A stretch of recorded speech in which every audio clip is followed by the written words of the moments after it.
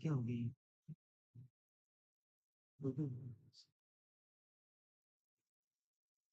थोड़ा स्लो है, रुकिए, ज्यादा फास्ट मत कीजिए उसको।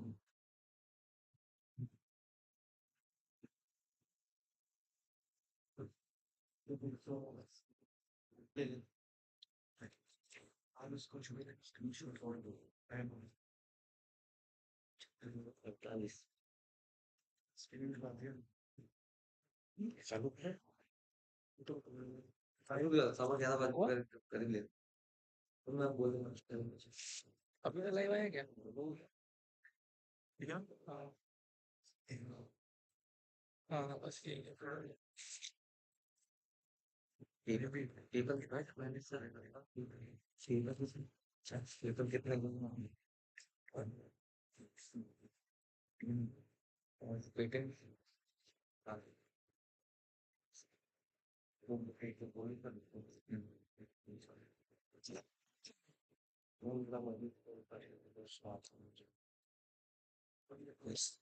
हो गया, अब तो कोई काम भी नहीं है। मुझे वो भेज दीजिए तब मैं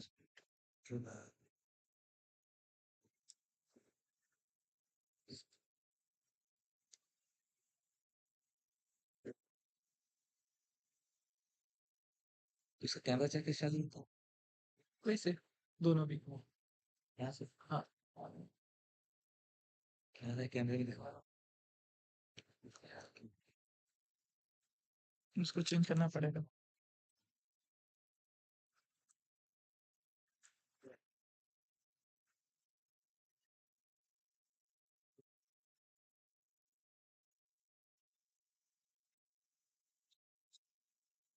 सेट सेट कर हाँ थोड़ा बस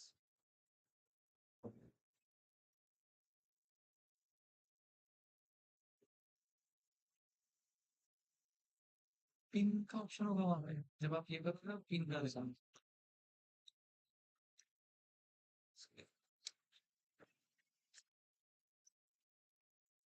अरे इसमें एक ऑप्शन रहता था अटेंडेंस लेने का ऑटो अब तो वैसे उसकी रिक्वायरमेंट नहीं है अभी फिलहाल। अगर तुमको टाइम हो तो जा सकते हो। अब कैमरे सेशन की रिक्वायरमेंट अब क्या रहेगी? लास्ट में रहेगी। हाँ ठीक है, बाकी मोबाइल से ले लेंगे अगर कुछ लेना होगा तो, है ना? लंच के टाइम पे आना, लंच कर लेना है ना? लंच अपना 1 बजे से रखें। ठीक है टाइम। कैमरा रहने दो ये। कैमरा हाँ कैमरा रहने।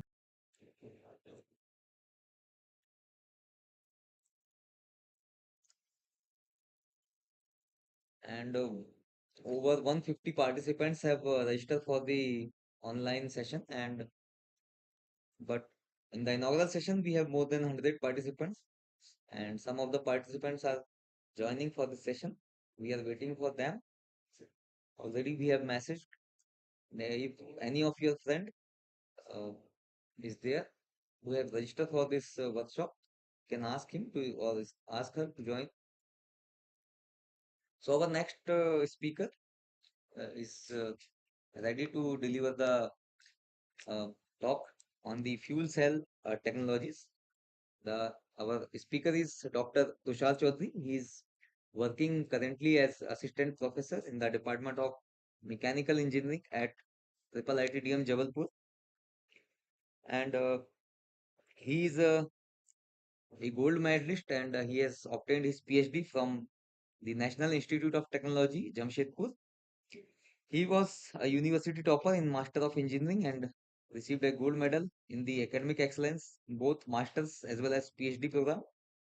Apart from this, in the field of research, he has published more than 80 research articles in SCI, Q1, Q2 journals and Scopus journals.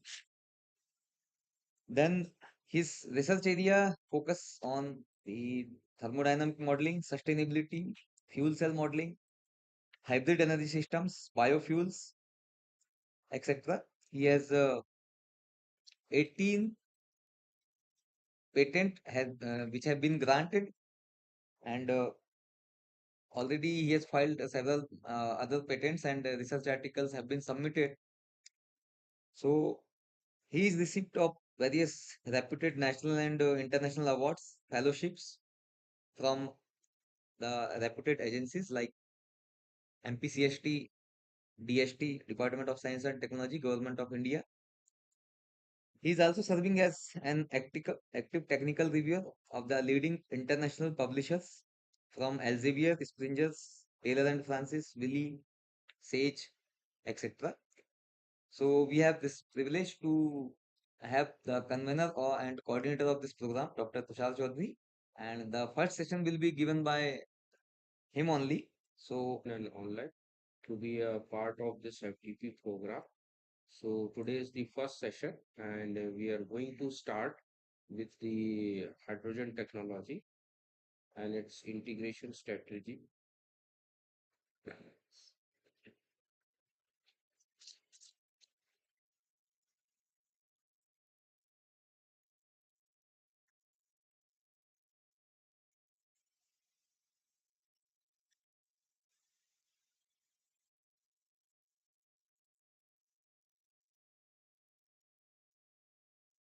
So, yeah, screen.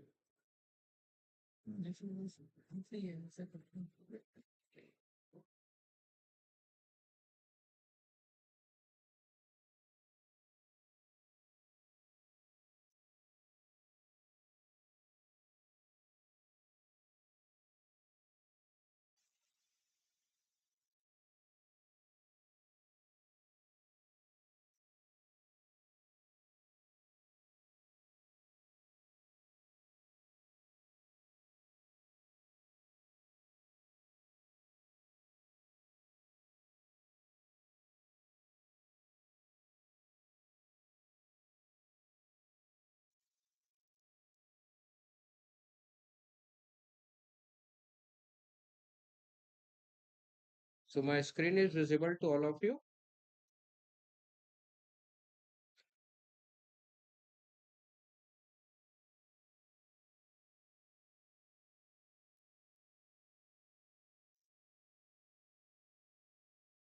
So good morning, all of you. I'm audible to all of you. Yeah. So today we are going to deliver a lecture on fuel cell technology and its integration strategy, which is a sustainable approach towards the hybridization. So here in this first we are going to cover about what is basically a fuel cell, how it is being differ from battery technology, and what are its key aspects through which we are going to integrate with other thermal system so that we can say that how it is going to be hybridized. So here first we are going to start with the what is basically energy. So energy is a capability to produce motion, force, work, and change in shape and change in form. So the concept is basically drawn from the classical physics while explaining the work. So energy exists in various several forms. So the energy transformation are responsible for various activities. Various activities means that transformation from one form to another form, and again vice versa. So here we can see that if we want to harness the energy, suppose it is going to be present in form of chemical energy. So the chemical energy to mechanical energy we require by means of three means here, that is internal combustion engine, gas turbine, and jet engines. We can harness the chemical energy of a fuel to convert it in a mechanical energy. And if we want to harness the mechanical energy into electrical energy or electrical energy to mechanical one, we require two means, that is the electric motor or a generator. So accordingly, whatever we are going to require, we apply this concept. And from electrical to chemical and chemical to electrical, we require two means, that is the fuel cell and it's just reverse, that is electrolyzer. So based on this we are going to have an system. So ultimately the energy transformation takes place from one form to another form. So it is going to be responsible for various activity as per the requirements over here. So it is going to be available in two forms, that is the renewable energy and non-renewable energy. Renewable energy, we have different means, just like a solar, biomass, wind, ocean thermal, and even through hydropower. So these are some renewable, as well as the in terms of non-renewable, we have the fossil fuel, coal, nuclear, natural gas. These are another mean. So right now in the era of this 21st century over here, we have to radically shift towards the renewable energy. So shifting towards the renewable energy, we have to focus and know that various energy sources through which we can harness this energy for the sustainable future. For example, tidal use tides to generate energy, nuclear splits atom to produce energy, from waste burn gases, burn garbage to produce energy, and hydrogen cells converts hydrogen gas and oxygen to electricity.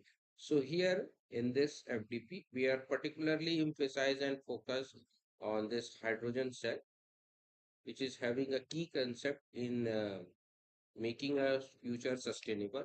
So basically, a fuel cell is an electrochemical device that converts the chemical energy of a fuel into electrical energy through an electrochemical reaction of hydrogen containing fuel and oxygen and other oxidizing agent.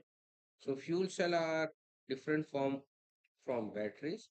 So in fuel cell requires continuous source of fuel and oxygen to sustain the chemical reaction. Whereas in the battery, the chemical energy comes from the chemical already present within the battery. Charge in terms of electric current DC is going to be generated across this terminal, and here the hydrogen ion tends to migrate. So this based on this basic one, we have different types. We are also going to enlighten on different types of fuel cell also. So fuel cell can produce electricity continuously as long as this fuel and oxygens are going to be supplied. Ultimately, once the reaction is going on, then only the current is going to be produced. Without the continuous supply of fuel and oxygen, this fuel cell cannot going to be work continuous. Okay. So if we go for the chronological development of the fuel cell, the first electrochemical demonstration for the generating of energy is carried out by Sir William Groves in 1839, and later in 1950 G developed a solid ion exchange hydrogen fuel cell which is used by NASA. In late 1960 G produced a fuel cell based electric power system for a NASA space missions, just like NASA Gemini and Apollo space capsules. In late 1960s, other fuel cells were going to be discovered, just like a phosphoric acid, solid oxide fuel cell, and molten carbonate. In 1917, vehicle manufacturers begins to start experimentation based on the fuel cell based EV system. And in 19s, the California Air was deployed as a part of Flight and Cute project. And in 2007, fuel cell started to sold commercially as a APU. And in 2008, Honda begins in licensing of fuel cell based electric vehicle. And later on, 2009, large scale application for this fuel cell for residential application, for example, combined heat and power program, that is CHP, has been begun in Japan. So here we have the basic structures in the fuel cell, the key components we are going to enlighten. Here the electrode, electrolyte, catalyst, and bipolar plate and gas diffusion layer. These are the key components. So basically these electrodes are the thin catalyst layer pressed between the ionomer membrane, and it is porous in nature and electrical conductivity substrate. So electrolyte, chemical compound that conducts ion from one electrode to another within this fuel cell. And a catalyst, we have a substance that cause or spread chemical reaction without itself is going to be affected. And a bipolar plate. This is a key component as a metal, so connecting this anode and to cathode to an adjacent layer. And within this, we have an gas diffusion layer. So a layer between the catalyst layer and a bipolar plate, also called it as an electrode substrate or a diffuser or a current collector also. So here, if you are going to see the structure of a complete assembly. Here, this is a bipolar plate where the uh, and paths has been shown here. The serpentine path has been shown over here within this bipolar plate. Within this plate, we the gases are tends to flow across, and within this membrane, that is the electrode membrane assembly, the reaction takes place, and here the gas flow channels are there. So within this, the hydrogen and oxygens are going to be flow accordingly, so that at the membrane they are going to have particle platinum catalysts. These are some of the catalysts which are present over there, which helps us to uh, have a sustainable chemical reaction over here. And based upon that chemical reaction, there the pathways are there within the gas diffusion layer, and across this membrane we have an electrochemical reaction, and a DC current is going to be generated. So if we are go to discuss in detail, that is the how this reaction takes place across the three-phase boundary.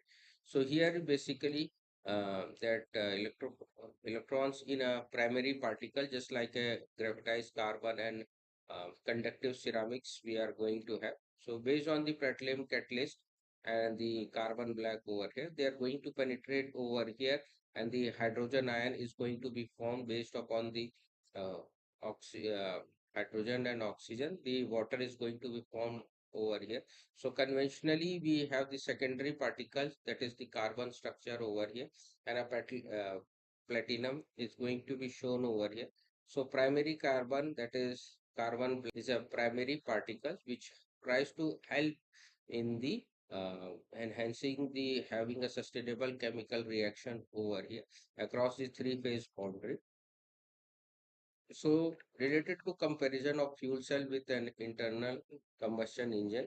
So if we want to harness the chemical energy of a fuel, we require three engines over here to convert an electrical energy. Just like from chemical energy of a fuel, we have to convert it in a thermal energy. And thermal energy, again we require another engines to convert it in a mechanical energy. And from mechanical to electrical, we require energy. So basically, three engines we are basically going to require. But here, a key concept is there, that is the by means of fuel cell we can directly harness the chemical energy of a fuel directly into electrical energy. So it represents the schematic of an energy conversion in a fuel and internal combustion engine. So it is a promising source of an sustainable energy, electrical energy production by means of harnessing the chemical energy of a fuel directly over here. So if we are going to integrate with the fuel cell with the other power cycle, just like Rankine cycle or diesel cycle or any cycle, thermal cycle you are going to have. So here we have a make and a perfect comparison over here. That is the conventional power cycle and hybrid power cycle. Once we are going to integrate the fuel cell with that, it will going to become a hybrid one. So basically, the conventional power cycle offers a lower power output, lower thermal efficiency, and lower sustainability index.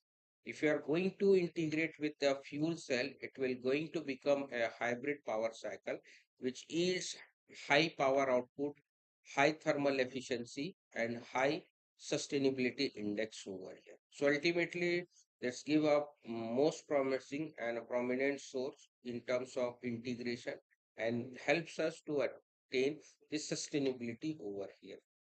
So here, if you are go for the comparison between the engine and battery, so the engine, that is the IC engine, operates on a burning of a fuel to create heat, and it is going to be converted into mechanical and then electrical power. So the efficiency of conversion, the fuel cell do not burn fuel, and they does not produce any air pollutants or resulting from the combustion. So it is does not for have a limitation based on a Carnot cycle over. Whereas in comes with a comparison with battery part. In battery, the energy store, it is an energy storing device that they can produce power intermittently as much they are going to be recharged, and the recharging process, it might be lengthy, inconvenient, or maybe shift toward pollution efficiency and cost issue power to central electrical power plant. So battery and fuel cell both are electrochemical device which offers no combustion, and they have high efficiency and have a quiet operation over here. So the battery stores its energy in electrodes. So electricity is released as stored energy is going to be consumed over here.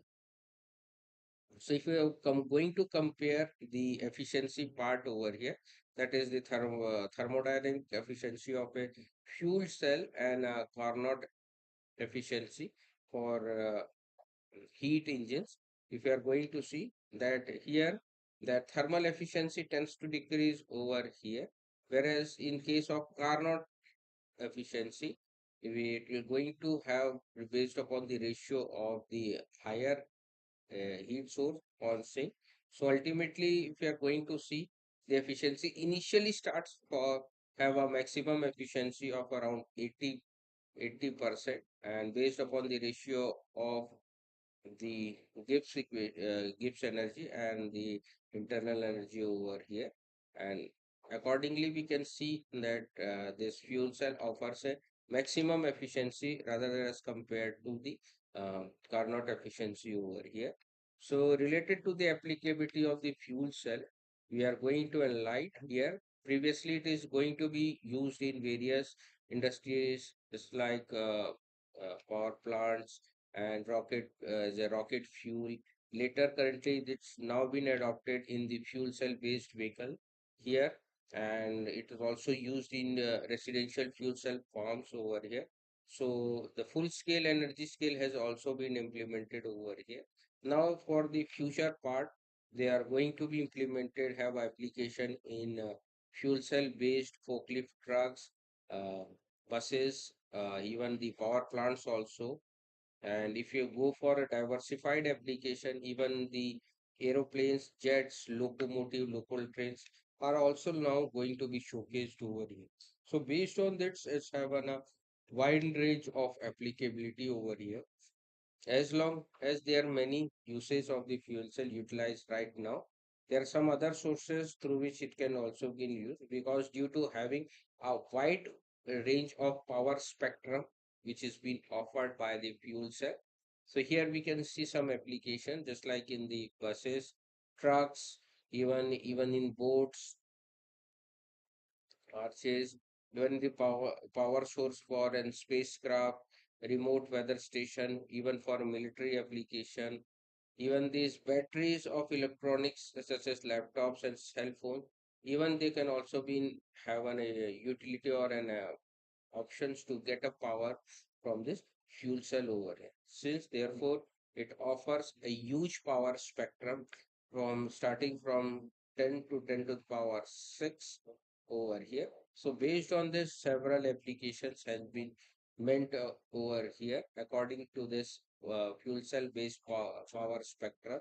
We can see that how this it is going to be used in a form of cell phone to a power grid over here, even to run a submarine also.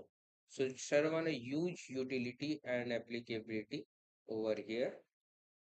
So if you go for the integration part, particularly in the field of automobile, so fuel cell based vehicle has already been showcased by various automakers, just like the Honda, Ford, Nissan, Toyota, Delmer, Hyundai. They have already worked on this fuel cell integration, and their prototype has also been shown. So the basic layout of the fuel cell based powertrain we are going to discuss. Here we can see uh, various already demonstrated vehicles by the different automakers. Here we can see that Honda, Chevrolet, Toyota, Kia, Delmar, they have already showcased that fuel cell concept of fuel cell based vehicle for various types, just like for an compact car, SUV, sports utility vehicle, crossover SUV, sedan. They already have showcased, and their operating and power range has also already been shown within a good promising driving range also. Right now in India also, our honorable transport minister Shri Nitin Gadkari ji is already using the Toyota based vehicle, which is powered by a flexed fuel. That is, it can also work on the fuel cell as well as the other so therefore it is comes in a flex fuel option over here, and it's have a good promising range over it, which is particularly developed by the Honda, and its name is Mirai over here. So related to the hydrogen, it's required another aspect over here, that is the hydrogen infrastructure. So within that hydrogen infrastructure, we required an hydrogen stations over here. Hydrogen station for particularly filling and other thing. So in abroad, there are many startups and companies are there who have already worked on the development of this hydrogen based infrastructure over there. Currently in India, some startup companies have come over, and they are working in the direction of developing hydrogen stations over here. So in order to make a national hydrogen mission more successful, even the Tata also in India, they have also showcased fuel cell based buses also. And right now in Chennai, they are working right now in the test tracks has already been developed over there. So particularly exclusive research in the direction of fuel cell bus based trucks and buses are working in the Chennai plant over there. And the Tata and other automakers are also working over there. So this is a fuel cell based bus, right? Similar to like this in India is also going to be work. So which has a capacity of 90 kilowatt, where the PMFC fuel stack has been used, and a AC synchronized motor with an 80 kilowatt and a hydrogen tank, which has compression of an 35 megapascal of around 150 liters. So this is a previous version. Right now in India, they are working in on a full-fledged based around 30 to 35% seating capacity buses. With an AC buses, they are trying to uh, working on the test track over here. And once it is going to be fully tested, they are planned to incorporate or deploy in airports over here, just like a shuttle over here, which is going to be take the passenger from the ticket counter to the air for check-in over here in the plane. So right now in airports also some electrical based buses are also going to be work over here. I have personally been visited in Delhi as well as in the Chennai, where we have seen that electric buses has already been used over here. Right now in upcoming months or maybe in 1 year, the fuel cell buses are also traditional ones, and this is with integration of fuel cell based system over here, which is going to be helpful in different requirement over here, even in the winters and summer.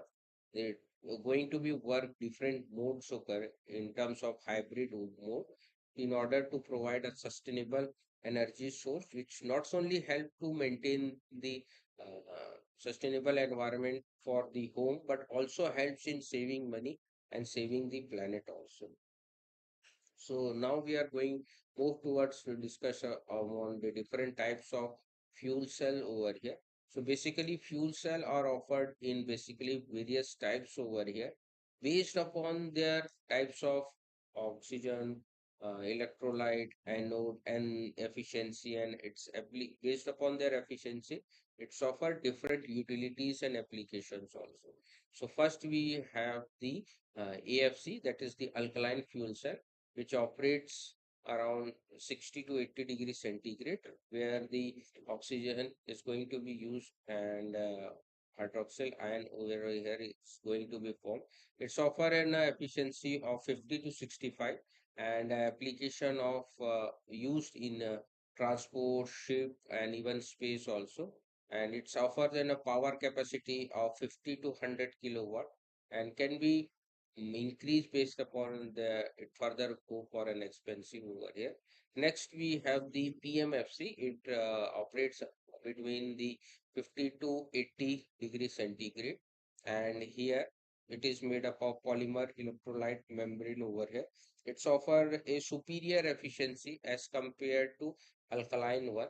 Particularly this type of fuel cell, that is PEM, is used in the car transport or even ships and mobile applications also.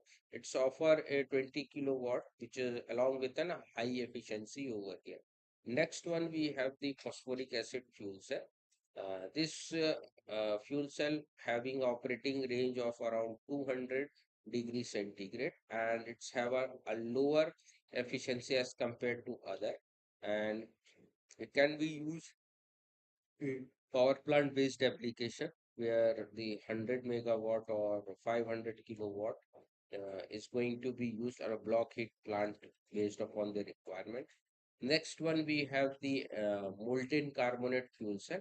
This molten carbonate fuel cell operates at around 650 degrees centigrade and offers an efficiency of 45 to 60%. And similarly, they are also being used for a power plant application, and some around 100 kilowatt prototype has also already been demonstrated over here. Next one is the high temperature fuel cell. This high temperature fuel cell, that is solid oxide fuel cell, offers a promising efficiency of 50 to 60, even sometimes more also, and it gives a perfect integration utility for a high temperature application, just like a power plant over here. So it offers a 100 megawatt plant and 50 to 500 kilowatt, and around 25 kilowatt prototype has already been demonstrated over here. So here this fuel cell, solid oxide fuel cell, offers a good uh, integration utility over here. And if you discuss about the basic chemistry and thermodynamic aspect of the fuel cell, here we have in terms of Gibbs free energy, that entropy and enthalpy over here. So basically the enthalpy can be converted to electricity in a fuel cell, corresponds to Gibbs free energy.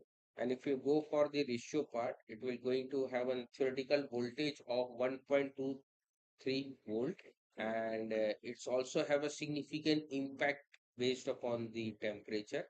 So if we going to increase the temperature, this theoretical voltage tends to vary, and their variation we can see over here.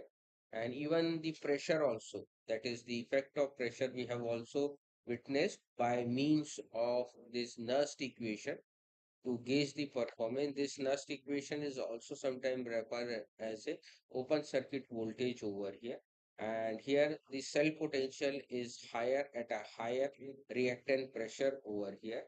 And if we discuss about the electrode kinetics, so electrochemical reaction involves the transfer of electrical charges and change in Gibbs free energy. So the rate of electrical chemical reaction is determined based upon the activation energy barrier that charges overcome to move from electrolyte to electrode and vice versa. And here basically the Faraday's law, that is the current density, is proportional to the charge to the transport. So based upon the consumption of an reactant species proportional to the concentration means that what type of the supply here in terms of hydrogen and oxygen we are going to have.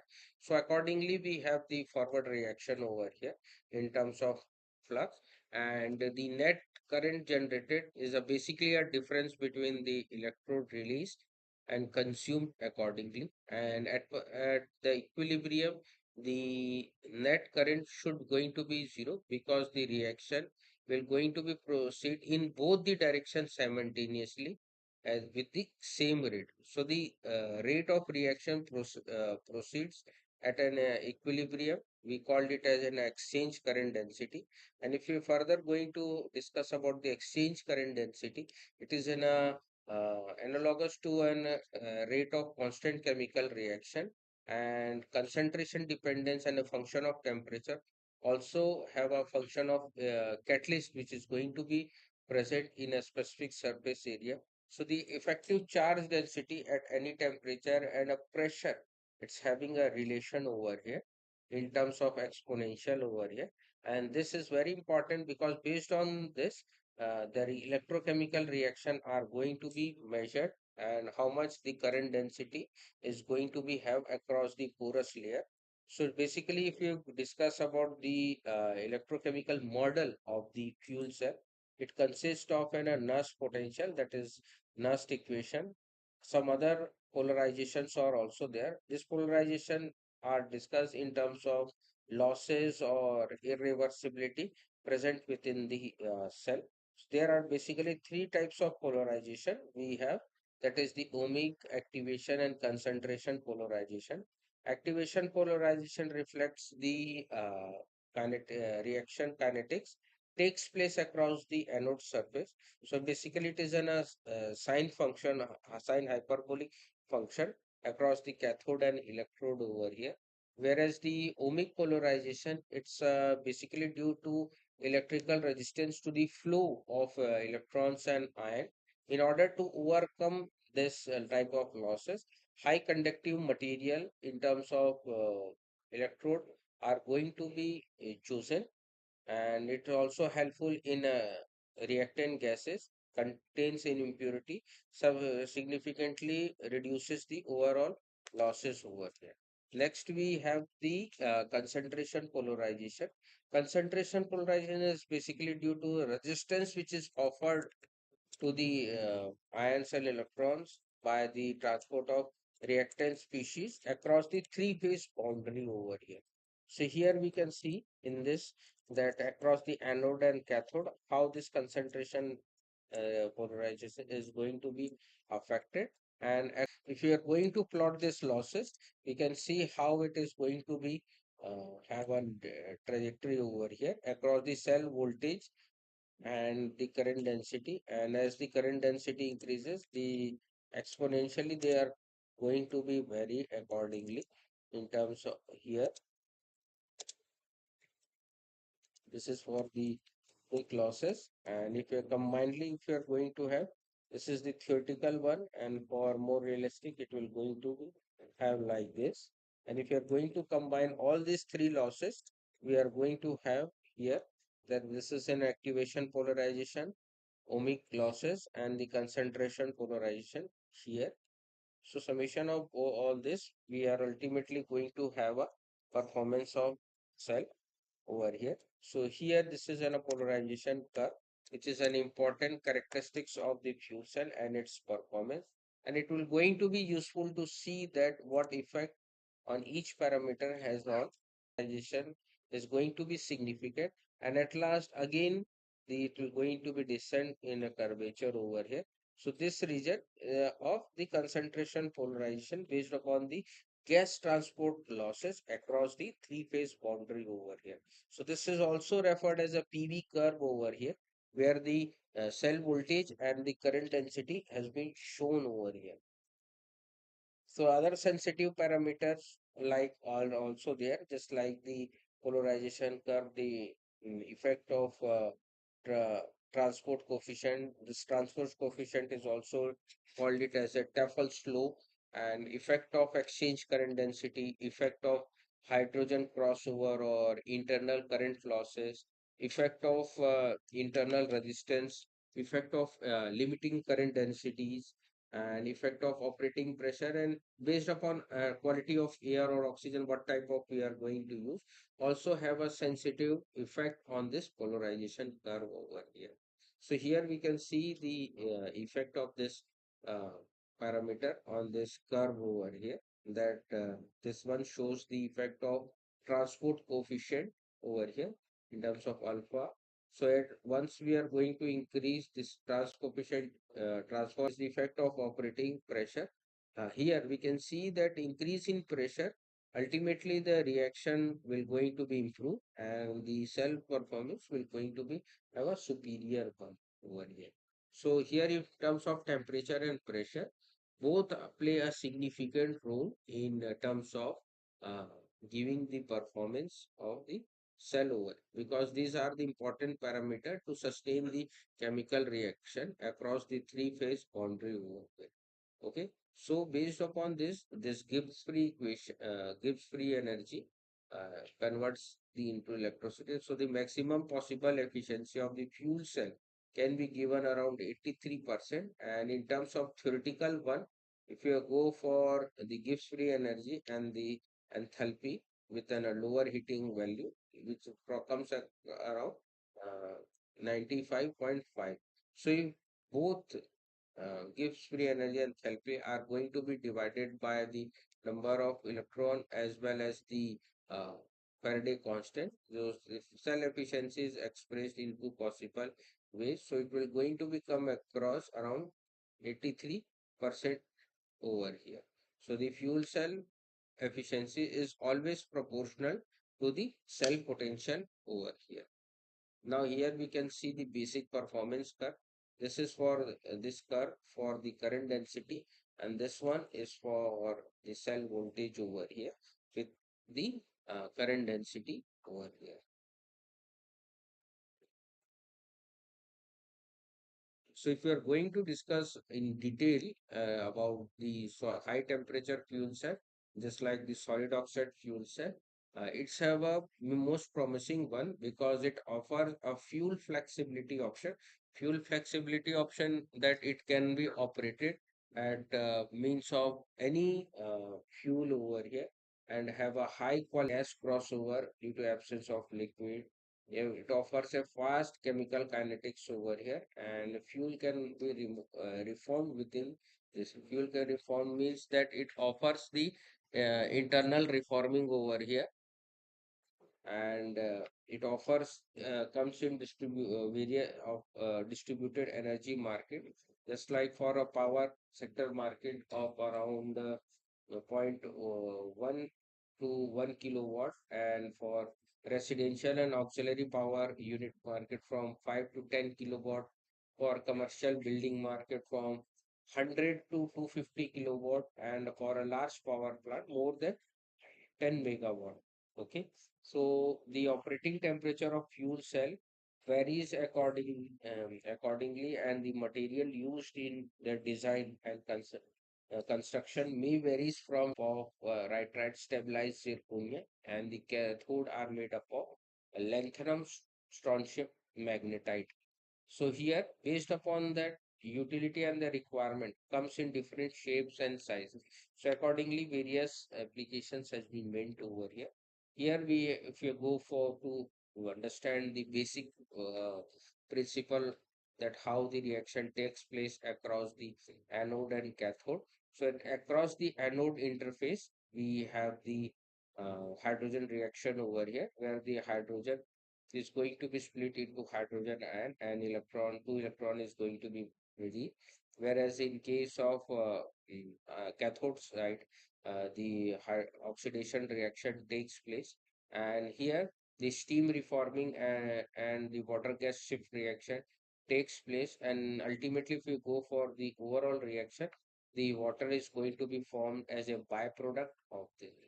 Okay, so all these things are going to operate at a high temperature because the ceramic material comes under the action at a particularly at a high temperature. If you don't get that temperature, it just work like a pipeline over here. From this side, it will going to have a air, and this side they are going to be air. So once it is go for to reach that particular level, then only this electrochemical reaction takes place across this three-phase boundary. So therefore, once at three-phase boundary, we have the ionic, uh, electronic, and gaseous phase. So therefore, it is referred as a three-phase boundary over here. And where the nickel-based ions are there, so here they were going to have a proper reaction over here, and this catalyst promote them to have a good chemical reaction over there. So related to hybridization, if we are going to discuss, this fuel cell can be integrated with the various means, just like for a gas turbine, vehicle, PV module, batteries, anything we can integrate based upon their power, heat and power requirement over here. This thing can also be helpful in large scale power generation, transport sector, and other application also. Related to this, we have already published various comprehensive review article over here, which has been published in International Journal of Hydrogen Energy. And within this, we have discussed about the various integration strategies which has been adopted in terms of hybridization for development of fuel cell based hybrid vehicle. So here, this is a fuel cell based hybrid vehicle layout over here. So it consists of a transmission system over here. Transmission system and motor falls under a mechanical system over here, and which is going to be coupled with an electronic system which is capable to have on a battery and a inverter and a vehicle controller, which all this going to be coupled with an voltage boost converter, which is have extract power from the fuel cell, and this fuel cell stack is going to be have work for takes the fuel from the tank, and a heat management system is there. So here the heat management is very important over here within this fuel cell, because it generates a significant amount of heat, and this heat can be used or harnessed by means of some integration of other component in order to utilize this type of heat over here. And there is a air management system also. So ultimately the fuel and air is going to be supplied across the fuel cell stack, and based on that, heat and power are going to be generated. That power is going to be should move towards the this boost converter, so it will going to amplify, and accordingly it will going to send in this pathway. Okay, next we are, if you go for the share status, that related to how much whosoever that automaker have worked over here in the direction of hybridization. So here the Toyota Mirai has have a maximum share of around 75%, then followed by Hyundai, then Honda, and at last we have the Renault.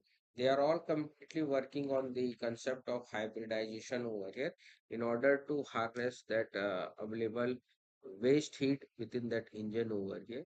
And if we discuss about that, how these different types of vehicle have an energy and exergetic part over here in terms of efficiency. So the fuel cell offers an higher rate of an efficiency and exergy part later than the fuel cell, working in the direction of fuel cell based system. You, here, this one, and we are working in this part over here, that a fuel hydrogen based IC engine, and we are trying to club both these things to make a hybrid one, this one. So our this particularly this SERV SSR project is we have got a grant in the direction of development of hybrid vehicle, which is in a combination of fuel cell and IC engine over here. So ultimately, we are working in this direction to make an diesel based hybrid vehicle over here. Some papers we have already published in this direction, and we are also working in the direction of developing that waste heat management or recovery system to harness the low grade of energy into the good one. So ultimately, if we are going to compare the hybridization aspect in terms of fuel consumption, the conventional one has a higher consumption and the electrical one has the lower one. So here we can see that how this are going to. So ultimately, the if we are go for the hybrid one, generally it will going to have this one and with an good promising thermal efficiency. This is another layout in which different modes we can offer related to hybridization. Just like the if you're going for an high power mode, the power developed from the fuel cell is going to be transferred to the DC converter and directly to motor. And a battery is also there, which is also going to be a supplementary part, which is going to give an a motor as a backup part over here. Next, we have the low power mode. Within this low power mode, we have the power developed from the fuel cells direct to the DC. and to the motor, and some part of this is going to be utilized by the battery to get a charge up. Okay, and next we have the standard power mode. Within this standard power mode, the fuel cell stack and the power to the motor itself. And here in the fourth one, that is the charge mode. Within this charge mode, that fuel cell and a DC current. Here the motor does not require any power when the vehicle is going to be at rest. So the fuel cell begins to charge the battery when the battery SOC falls below the 80% over here. So here these are our different modes which we are generally going to be used within this. Next, we have the semantic of hybridization in terms of integration of photovoltaic system over here. So the photovoltaic system can be also be going to be integrated, which from which it will helps to in a power controller, which is used to buy an PEM electrolyzer, and this PEM can be supplied to an PAM SFC and then ultimately the load over here. And here the water is going to be used. So ultimately it's going to be in a loop one and a battery for a sustainable backup over here. Sustain the power supply along with this power controller and the load supply. So related to the integration of this fuel cell with an high temperature application, just like in a gas turbine. So first we are going to discuss about the basic principle of an a gas turbine, and where we can understand that where is the potential of this gas turbine cycle through which we can integrate this fuel cell over there. So basically it works on a principle of Brayton cycle. Here we have the PV and the TS diagram. And this is the basic thermodynamic model and equations are generally being used for the key component of an Brayton cycle, that is compressor, turbine, combustion chamber, and a heat exchanger over here. So here the pressure ratio plays a very important role, and based upon this pressure ratio, the specific heat and other things are going to be calculated over here. So some other technologies are also available for improving the performance of this Brayton cycle, just like the regeneration, intercooling, reheating. And another key aspect is the integration of fuel cell.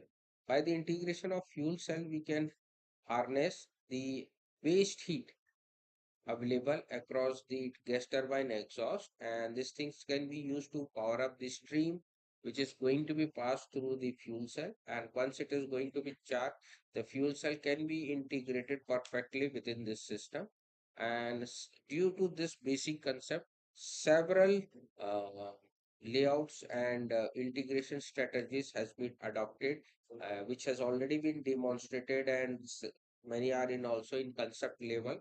And we can see that here various configuration related to the integration of fuel cell with other systems over here, just like the steam reformer, SOFC, Brayton cycle and Rankine cycle, thermochemical hydrogen production, SOFC, Brayton cycle and helium Brayton cycle, coal gasification and SFC for Brayton cycle for central power generation, where the energy source is going to be the coal one, and right now it is in the concept level.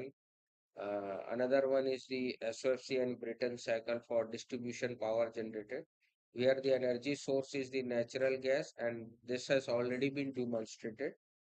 Next here we have the SOFC and the Brayton cycle with Chen cycle, where the power distribution is there, and related to CHP we can also be include for distribution, power generation, and for residential and building application over here. This has already been demonstrated. Next one, that SOFC and the refrigeration cycle for the residential and the building application, and the power source energy source is the natural gas. So there are some other different ways even in the direction of automobile. This fuel cell are also going to be used in forms of APU, that is the auxiliary power unit. Even they can also be integrated with a diesel reformer for an automobile and for aeroplane application over here. So this have a good possibility of integration with various thermal systems over here. This is here we have integrated the solid oxide fuel cell with a gas turbine cycle. Within this, we have integrated this solid oxide fuel cell, and in order to manage the um, heat or to manage the control over the manage the gas turbine blades, we have used the air coolant system, that is cooled gas turbine system we have used over here. This is the novel one. This we I have worked in this during my PhD work, and within this we have also integrated that intercooler. So two configuration we have worked, and within this we have explored the energy exergy and accordingly, and some unique performance map we have also developed associated with this. We have also tried to work on the double recuperation system and compare all this, and their how much their layout has going to be. This we have published in International Journal of Hydrogen Energy with by one of my PhD candidate, that is Abhinav Anand Sinha. Related to this, we have performed the thermodynamic model. We have also worked in the direction of entropy generation minimization by using constraint-based algorithm and try to optimize the system. Gain that due to this reaction, that is the endothermic and exothermic, the significant amount of heat is going to be liberated, and based upon that heating and cooling effect that stresses across this membrane, we have examined perfectly over here.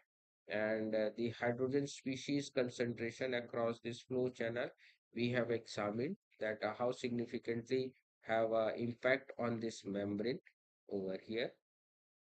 These are the performance curve, that is the effect of operating pressures and cell performance, and the cell operating temperature and performance we have observed related to the ohmic polarization activation and concentration region.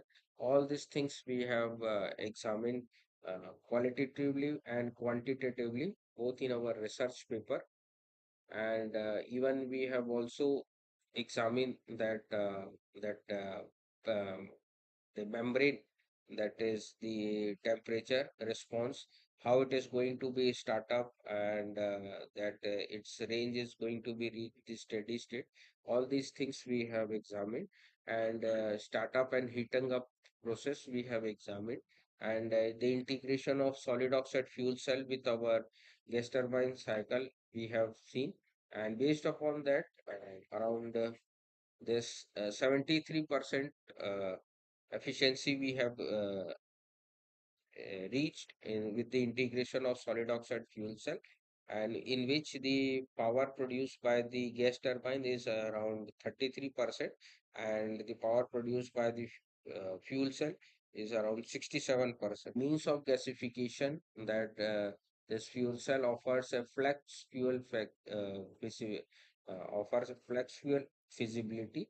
So based upon we have checked and the model we have developed in order to power up the fuel cell by means of peanut shells, popular dust, and almond shell, and to run this. And we have compared all this we have, and this work we have published in international journal, that is the energy conversion and management, which having an impact factor of around 9 to 10 over here.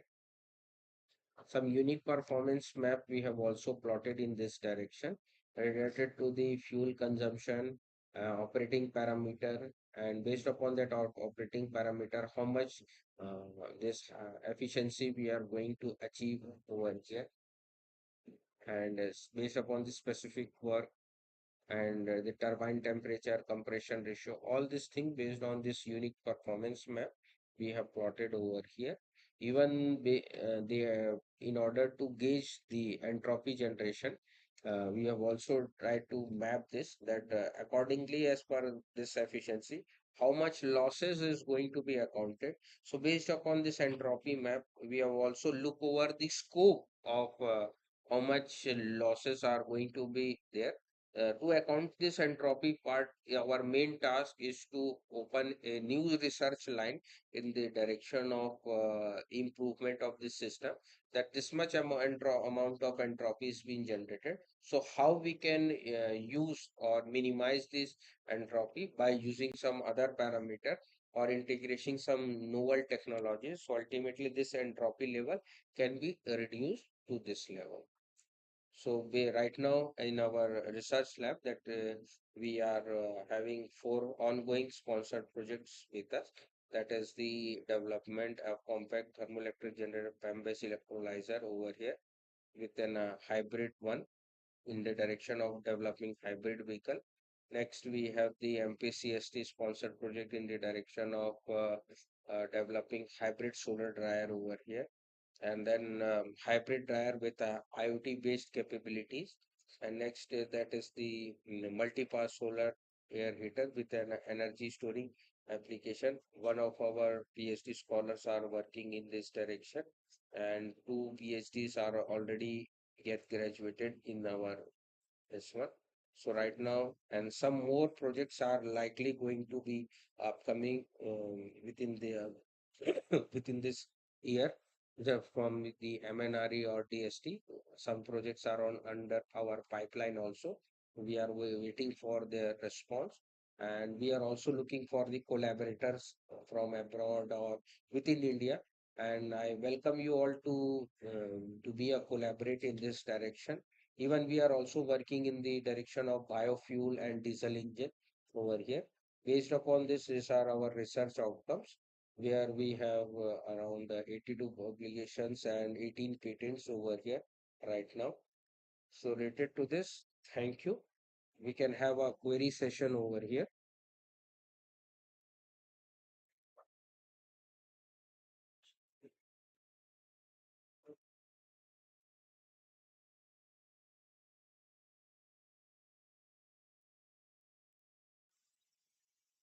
We can have a query.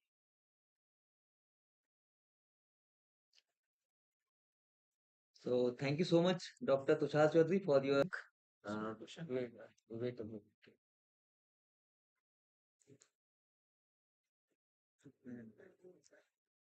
okay, so I think no one is having any question regarding this. So we will wind up here. I request all the participants to write your names in the chat box, as well as I request all of you, whenever you log into the session, just write your name as you have filled in the Google form, so that we can take your attendance. So please be responsible for your attendance and write your name and surname perfectly as you have mentioned in the Google form.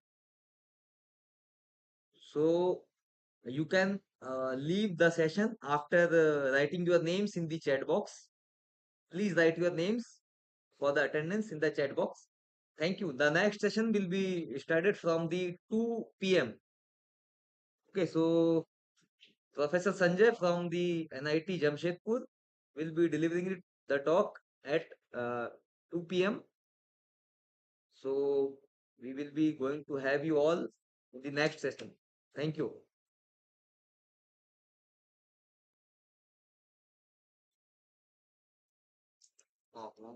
Stop presenting. Stop presenting.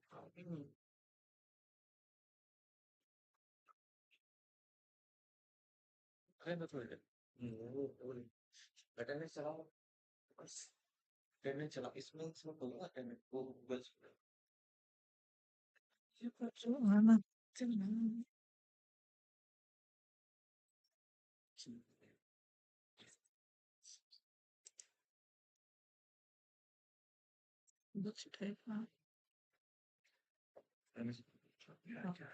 Sorry कहीं तो भेजी उसके विश्वास करके